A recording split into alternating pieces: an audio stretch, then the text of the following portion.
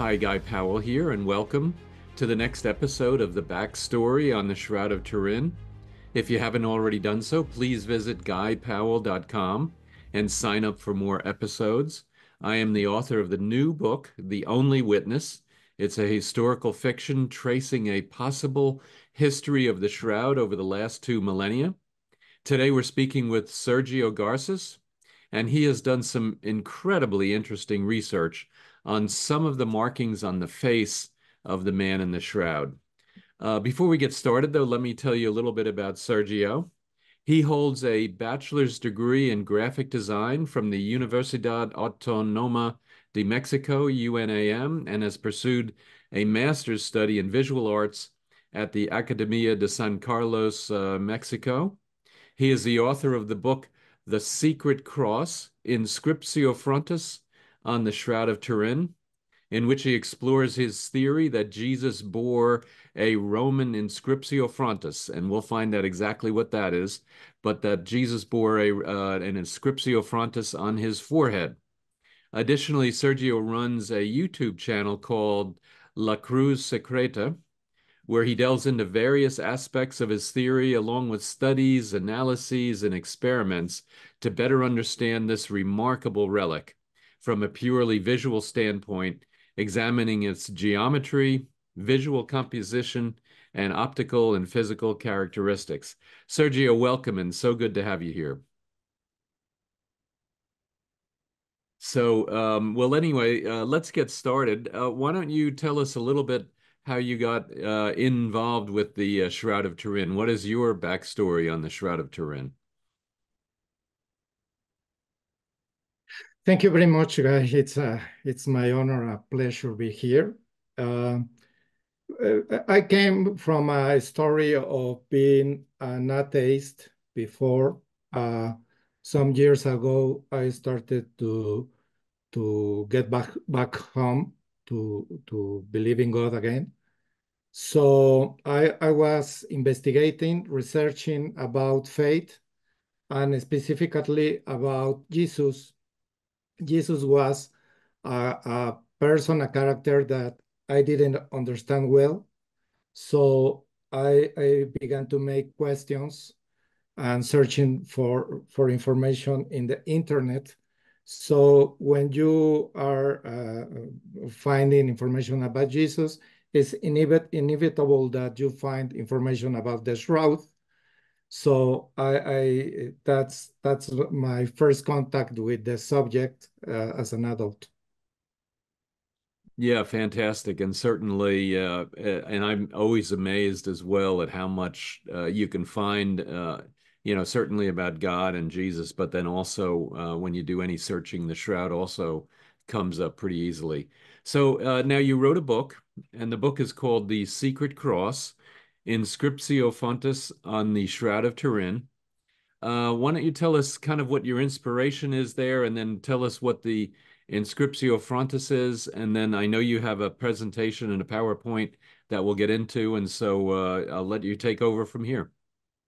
Yes, thank you. Thank you very much. If it's okay with you, I will start with the presentation because there I will talk about those questions you are asking. So basically,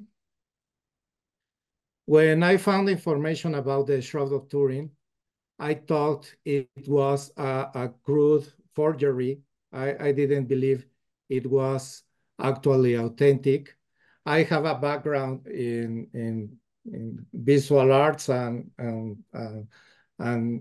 technical stuff, reproduction stuff. So the thing I thought I was thinking I was seeing was something like this, and a sculpture of some kind, like a stone or wood sculpture. So because I have experience retouching photographs, I could see that the image has a lot of noise. It's not clear. So my first instinct was to apply a technique I use in commercial graphic design to retouch the photographs of models.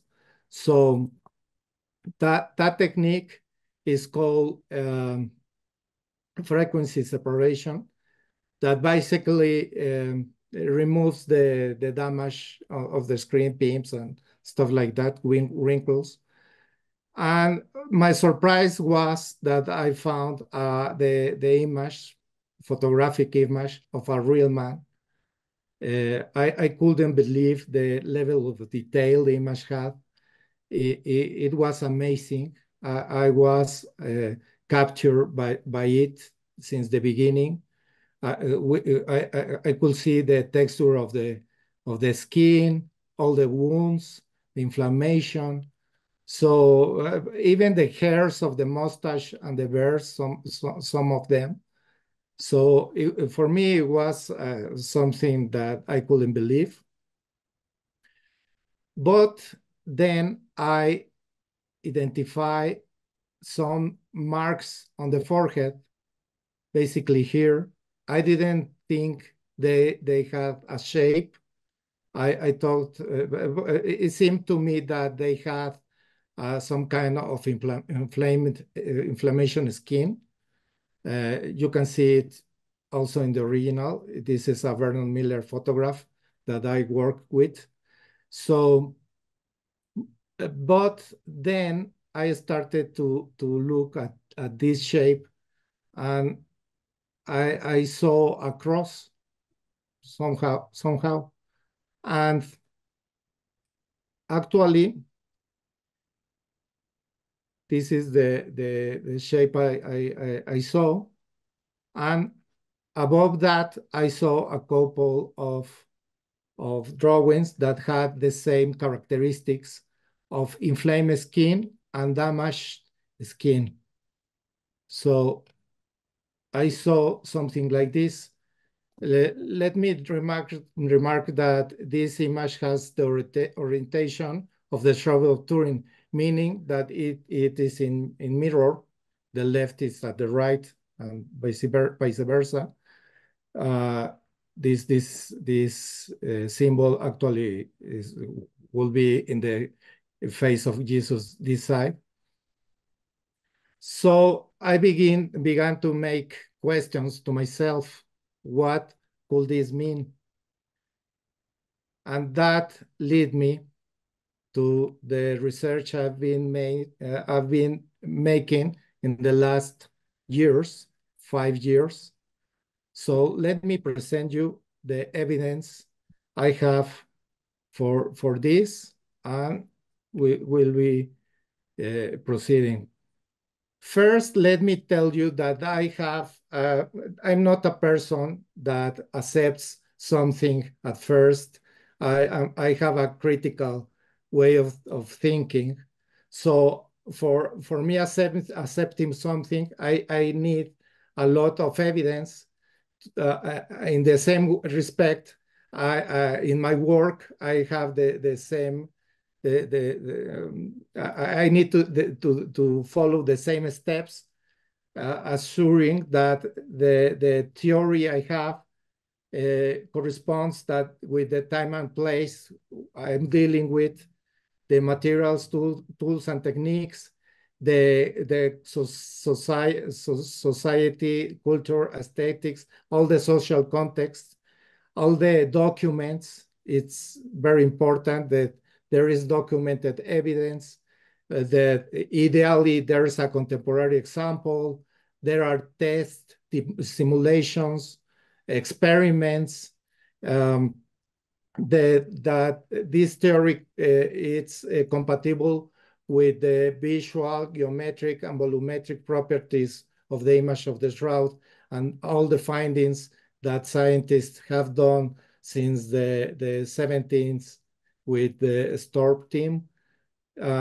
So basically, there's a lot to cover. Many of those things of these subjects don't apply to my field, to the thing I'm researching, but it is important that my research doesn't contradict the proved and objective evidence.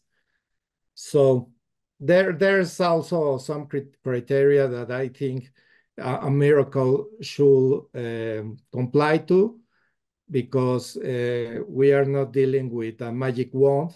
The miracle is something that comes from God. So the first evidence is visual. We can see at our first sight the marks. One here, as I told you, the other here, and this is other. You can see them in the Vernon Miller photograph. You can see the cross even in the Secondo Pia photograph. Is not clear because it's very grainy, has low resolution. But you can see it. You can see it also in the Henry photograph of the series. And of course, in many of the photographs of Vernon Miller of the 70s. For me, the Vernon Miller photographs are the best, or the best available. So they are a great tool for exploring these subjects. There's also a physical exploration. This will be my second evidence. Those marks don't belong to the fabric. They are not stains of blood or water of something else. I made make a color evaluation of the marks. They correspond to the color values of the image on the shroud. And even here at the right, I made an isolation of the image values, only the image values. And you can see that the cross is still visible, a little less, maybe those symbols above here, but the cross, you can see it very clearly. The next evidence is volumetric. Let me change for a moment from programs so I can show you this volumetric evidence. When you work with, when you make a displacement three-dimensional, like the BP8 was made, you need to make some adjustments to the image, because as I will show you, if you work with the image as it is, you will get something like this, because it has a lot of noise. If you extrude it like I did, yes, from I used for this the original image, you extrude it, but it has a lot of noise, so you really can't work with that. So what I did was to blur the image, as I will show you. You need to do this like at the right, but unfortunately, when you do this, you will get a displacement, like a three-dimensional displacement, volumetric displacement as the BP8, but you will lose a lot of detail. So I had to make a process to extrude three-dimensionally the face, but also keeping all the details. So what I did was a series of steps. In the first step, I used the original image, extruding just a little bit. In the second step, I extruded a little more, but blurring a little the image, as you can see. The next step, yeah, more and more. Yes, it was a progressive blurring and extruding. So I got here, you can see the famous three-dimensional values of the image. Is it true that the image contains volumetric values, volumetric information, depth information.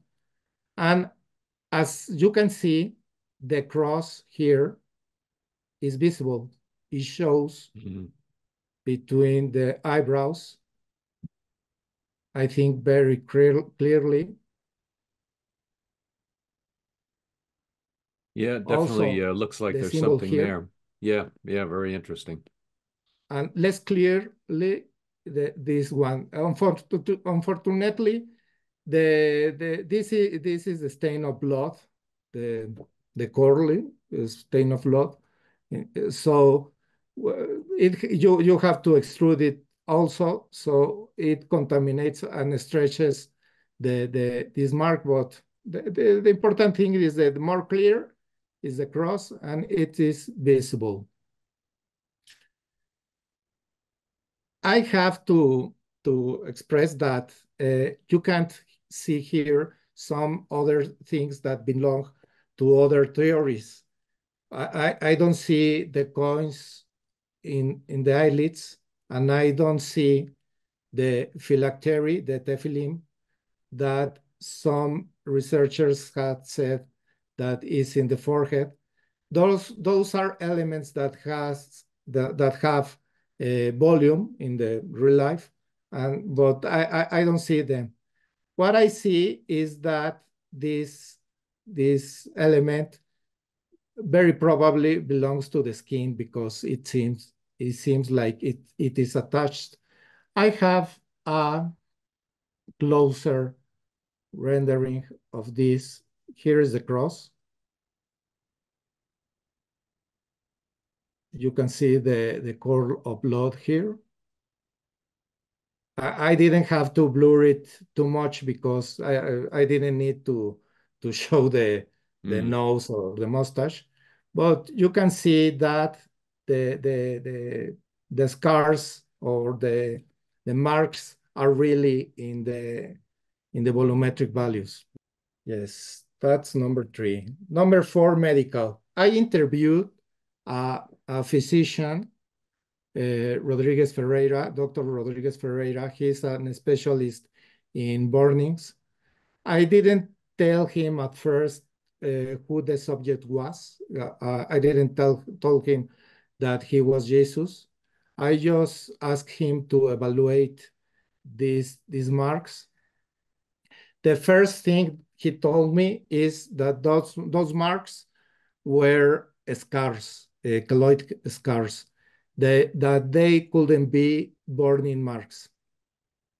For me, that was a problem because the time frame for those marks being made was hours before he was executed.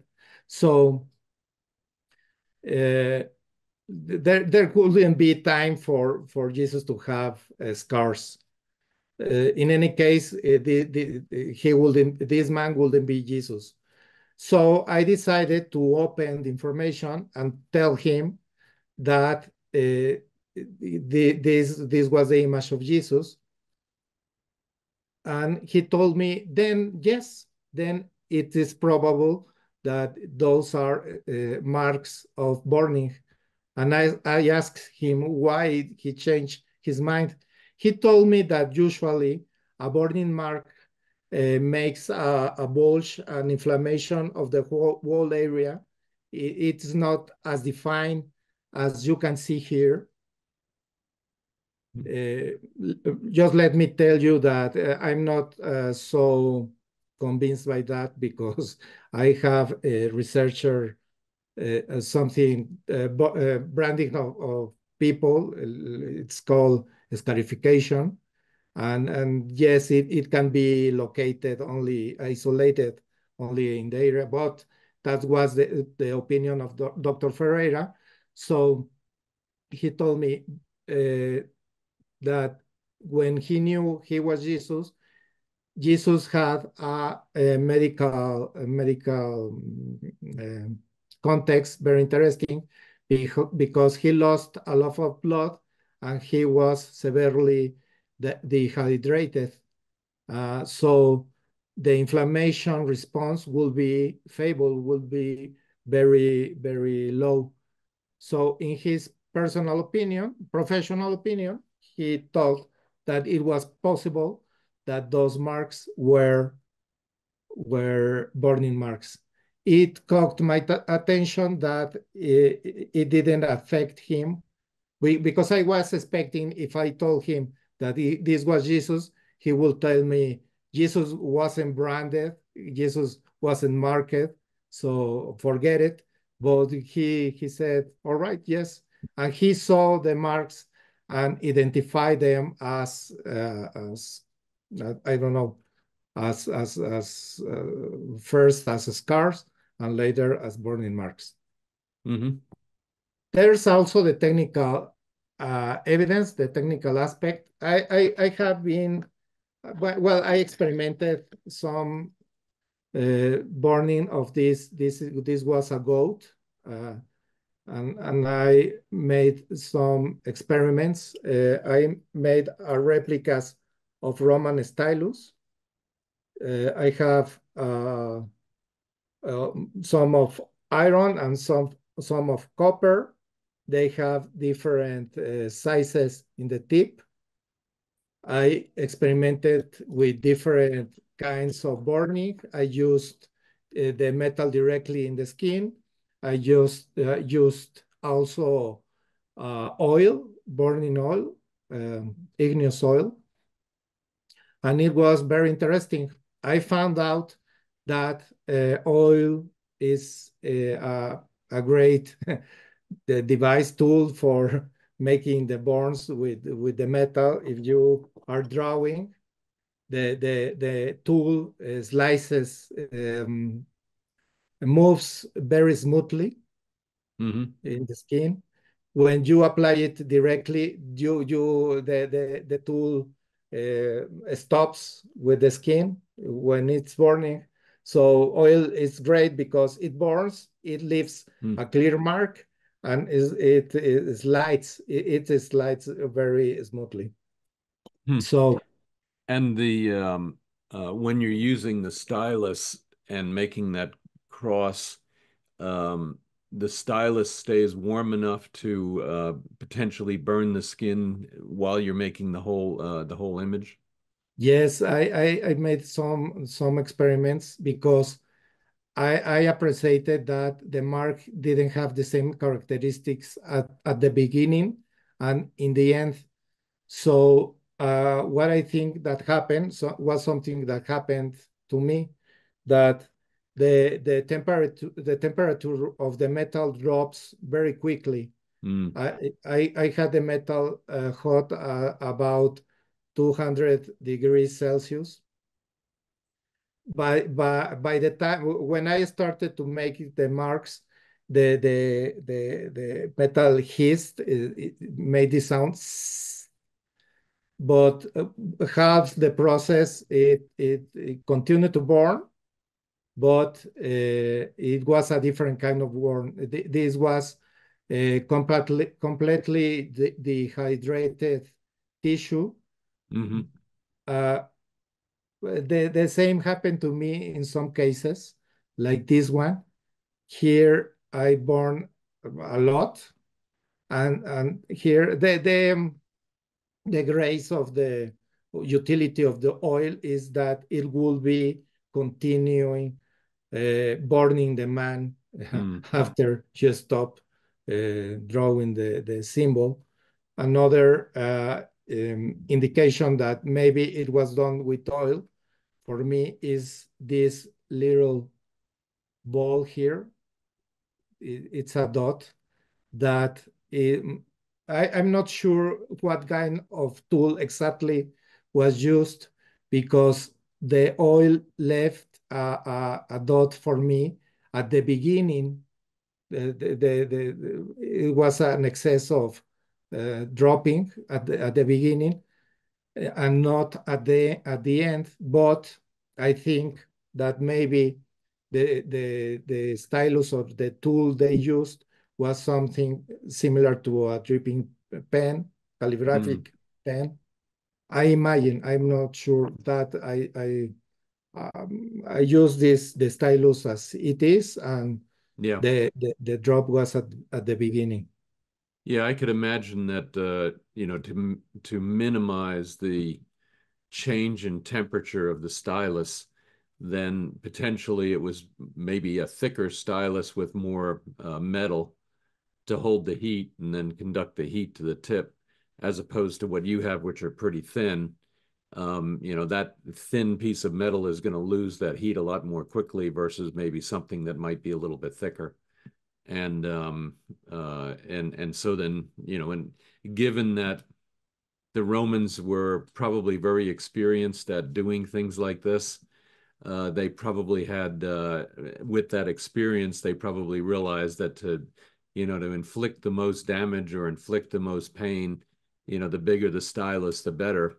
That holds more heat to be able to burn a much larger kind of an image. Very interesting. Yes, very probable. Yes, I agree. Mm, mm, Well, talking about the Romans, the history of this punishment. Uh, the inscriptio frontis, the inscription of penal branding of prisoners was a common practice, penal practice for the Romans. It was very ancient. The Romans got it from the Greeks, and the Greeks got it from the Persians. mm, So there's a lot of information about penal branding. The the the Romans, how they did it was to mark the foreheads and the hands of prisoners, as we know, with letters or initials of the penal cause, the crime the prisoner committed. Um, the more famous thing that is recorded is the branding of fugitive slaves. Uh, but there are many cases. Here I have a lot of names given by different authors of the time of the Roman Empire. Uh, those Here below at the left, I have the bibliography. mhm. Those two works are for knowing about this subject are invaluable. They are very important. Um, Almost all the information about this, I got it from those authors, those historians. Uh, they, they they were teachers at important schools, universities. So the interesting thing, will you will recognize some important names like Seneca, no? Hmm. Theodoret. There are some important names here. Mm. What is Something, the what is yes. roughly the time period of those references? Some 100 years before, from hundreds of years before the time period, and maybe the first and second century of the Common Era. So Hmm. they are around the Yeah, period where Jesus lived. yeah, thank you. I didn't use th this practice was terminated by Constantine in the third century, the fourth century. So after that, the cases are very scarce Mm, because he prohibited this practice, and he prohibited also crucifixion.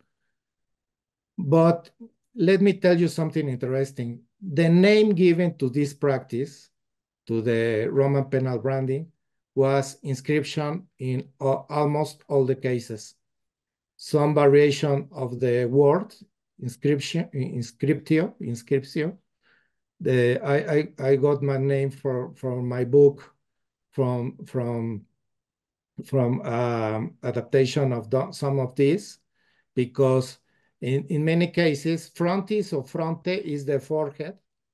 You will see it in some of those examples. Frontibus scriptus means written in the forehead, for example. And you also have the name in Greek in two cases, epigraphs and epigraphonto.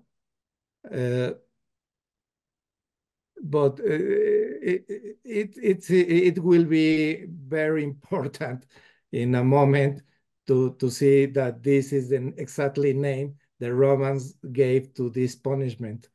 I wanted to show you also that for the titulo, the sign that Jesus had in the Mm. cross above his head, there is very few information for this practice. There's only that I found 3 examples outside the Bible.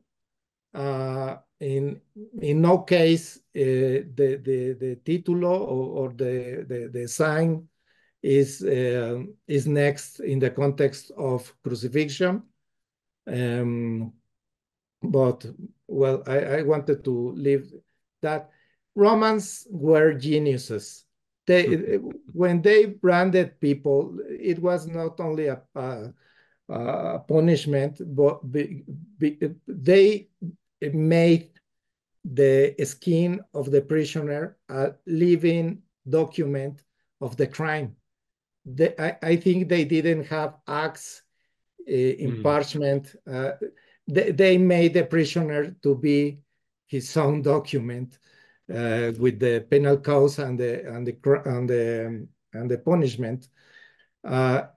And in the case the prisoner run away, he could be identified anywhere.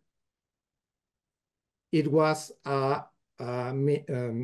it was very humiliating and degrading for the person. That's why in the actual time, the word stigmatization, could you help me, is from stigma. Mhm. When you stigmatize someone, comes from this practice actually. So it's to ridicule someone. Yeah, I There like your are, point. I like your point about the Romans being, experts because they were. And I like your point that that mark, that inscription travels with that individual. And once you have it, you can't get rid of it. So you are, forever marked that you are then a criminal or whatever the punishment was that was trying to be done. That's, I think you're right. That shows how smart the Romans were and how they were managing the different territories that they had. yeah. There's a couple of cases. This Quintilian example talks about the cross. The very drawing of a cross was a death sentence. Here in this case, in the lesser declamation, he's not talking about an inscription, a penal branding, but it shows that the very drawing of the cross is a death sentence. It's terrible. Mm. And in the case of the right, there's the example of someone being branded with a cross on the forehead. Uh, in this case, this person was condemned to the mines. So I will try to go a little faster Yeah. because it's taking too much time. No, no problem. Sorry, What were sorry the about what were the dates roughly of those two examples? Yes, in the case of Quintilian is before Christ. I'm not sure when. In Hmm. the case of Theodoret, it was about the 4th century. Hmm. Um, the practice of the penal branding was already prohibited, but the Roman emperor after Constantine II, I don't remember his name, he reinstituted the practice because he was Arian. So, Yeah. Yeah. Okay. okay. So biblical. We have a conflict with the depictions of the sign above the cross. In some cases, some people use only the initials of the penal cause, and in some cases, there's the full text, like in the titulus. So my point of view is that actually they are different things. One is the titulo, and one is the branding of Jesus with the letters. When studying the verses of the Bible, we can see in Matthew, if we translate it literally, that they imposed the penal cause of Jesus, the king of the Jews, Basileus of the Jews. They imposed it on the head of Jesus. The word on comes from in this case, epano. You in English have different words for saying in, on, about. We in Spanish are like Latin language, and we have very few words for that. So the ambiguity comes from, originally you can say it was on or above, but for the purpose of this study, the correct translation from my point of view is this. In the case of Luke, inscription, the same name of the Roman penal practice of branding, written on him letters. This is a literal translation, word for word. So we have exactly the same name the Romans gave to this practice, and the think about the letters. If you review the historical context, and you talk about an inscription and it was made of letters, we are talking about an inscription frontis, a penal branding.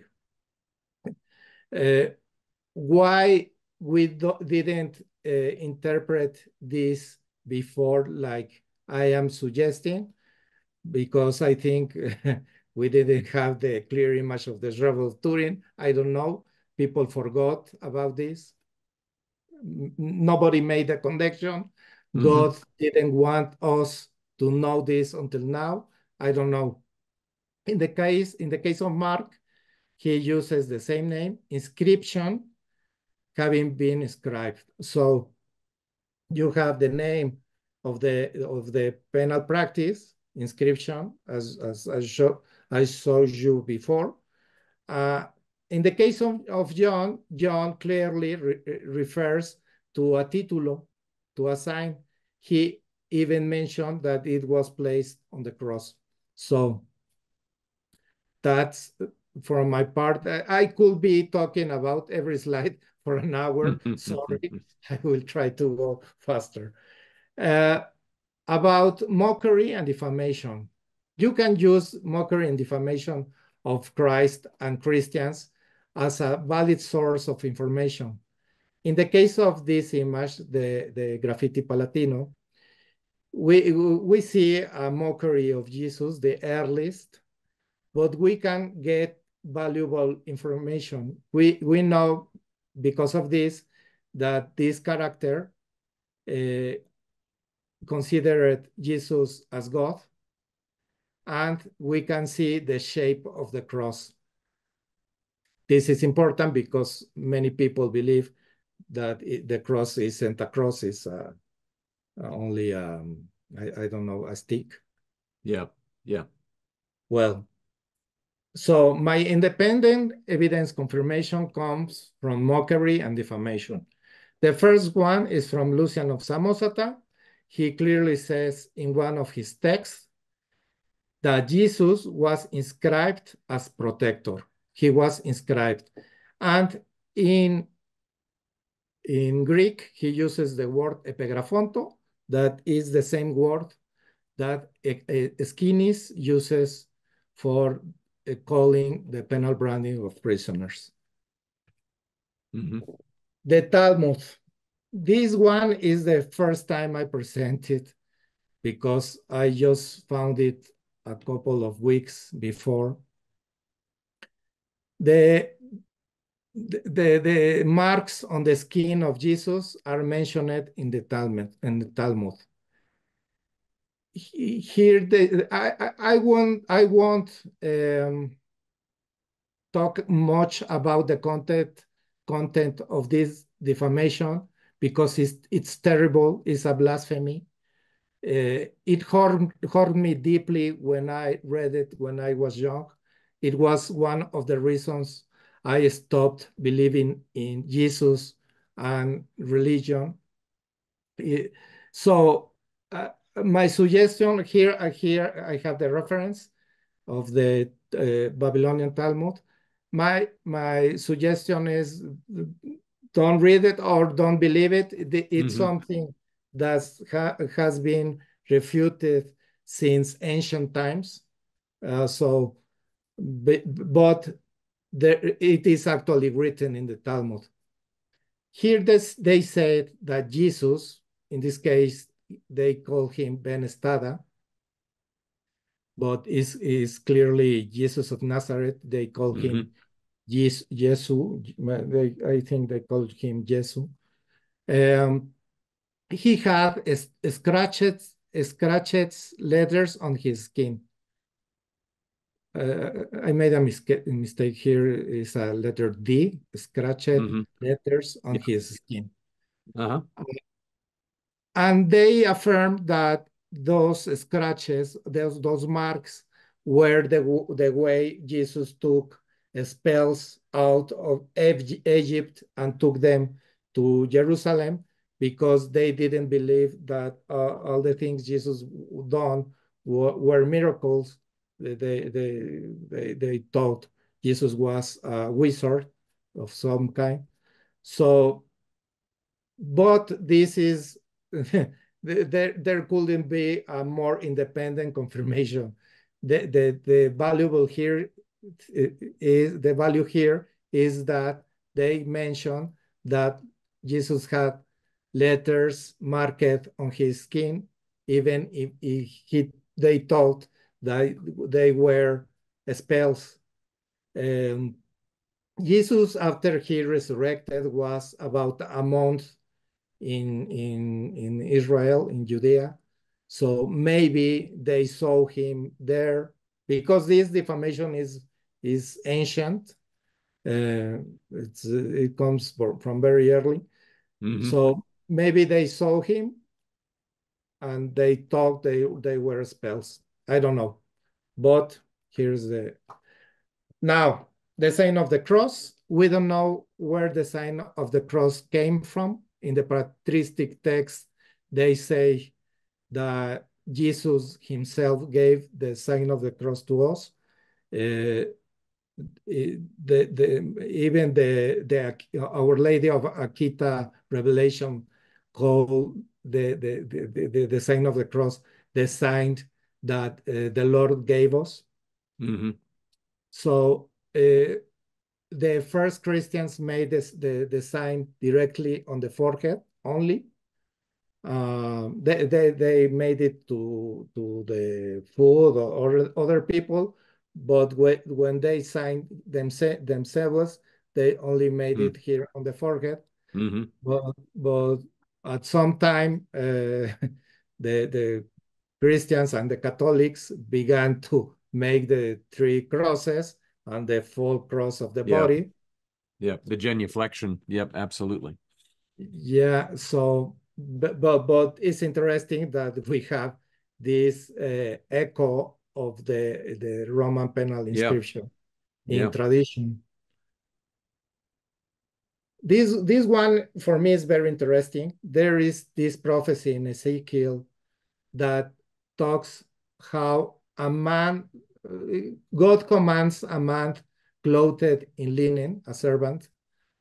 We know the people interested in the shroud, that the man clothed in linen is actually Jesus, no, because of the shroud. Hmm. That's how I interpreted Yeah. it. But he commands his servant to mark the foreheads of the people loyal to him Yep. with a letter Tav. The letter Tav in terms of Ezekiel was actually a cross. With time, the Tav changed for this. This is the way Jews write the letter Tav in the modern Hmm. time. Okay. But in ancient times, it was a cross. So it was, for me, it's confusing. So let's call coincidences like this make my mind baffle. Uh, it's hard for me to understand how something that was written, I don't know, 300 of years before the time of Jesus, was actually a practice of the Romans, Mm. and probably the Romans made it in the face of Jesus, and Jesus transforms this degrading and humiliating symbol in a symbol of grace, and he gave it to us like in a reflection.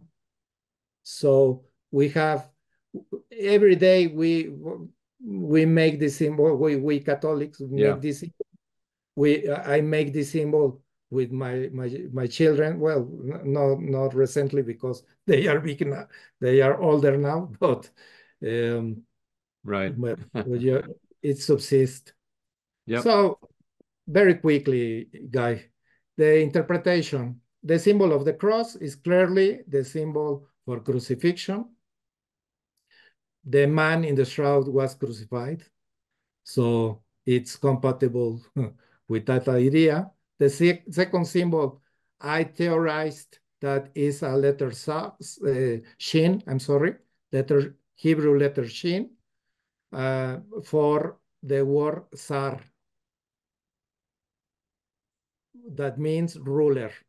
Hmm. Sar was a prophesied word title for Jesus.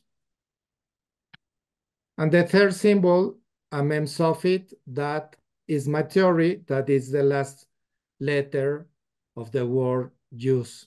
Mm. Uh, it actually ends with this letter. I could talk about how is it possible that they used a last letter as a initial, but Yeah. so that's it. Yeah. Very interesting. Thank you very It much. Yeah, it makes a lot of sense. I'm very impressed, and I liked the 3D kind of work that you did, and also then the interpretation, and I liked the reference to Ezekiel. I wrote that down. I'm going to look that up. And Yes, it's yeah, that incredible. is fascinating. It's so fascinating how how many of the Old Testament books refer and to things that happen with Jesus and then that Ezekiel 9:4, I'll definitely look that up. Um, I guess the and I, the sign of the cross that you have right there between the eyebrows, that one seems to be very clear. I certainly see your point about the other two in terms of one being the crown and the other being the Jew. The word for Jew there, or the last letter of the word for Jew. That's possible as well.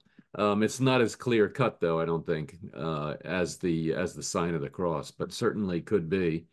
And I find that fascinating. Is there anything else you wanted to mention before we break off?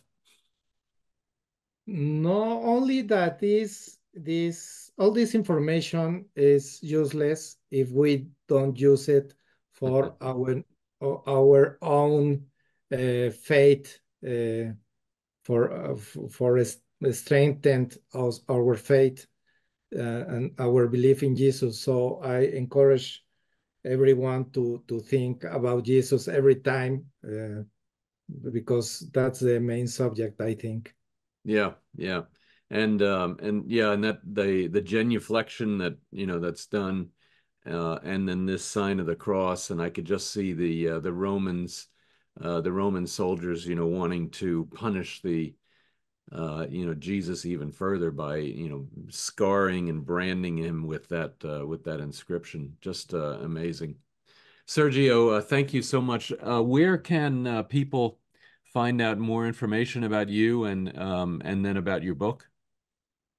Yes, I have a YouTube channel named La Cruz Secreta in Spanish. Hmm. Uh, I have several videos there, and you can find my book. Well, you can download it. I can send you the download link, so you can post it here. Yeah. And Okay. you, if you want a printed version, uh, you can buy it in Amazon. Also, you can look for Sacred Cross and Sergio Garces, and you will find it very easily. Okay. Yeah. Perfect. So the YouTube channel is La Cruz Secreta, and uh, and we'll definitely put that on the video as well. And then if you send me the link, we'll also promote where you can download the whole book and go from there. Sergio, thank you so much. It was really wonderful. Thank you. I learned a lot. I liked the whole historical context and everything. It was just very, very well done. And that mark certainly does stand out in an unusual way. And it's very fascinating. So thank you so much for that story. And then for the audience, certainly please stay tuned for many other videos in this series on the backstory of the Shroud. And please, if you like this one, rate this with 5 stars. Lastly, there are a couple of GoFundMe's that I have on my website. One of them is for Barry Schwartz and some of the travails that he has, and one of them is to promote a couple of training activities that we're doing in India, as well as in Africa. And any help that you can give us can certainly help to promote the study of Jesus, certainly, and then also of the Shroud.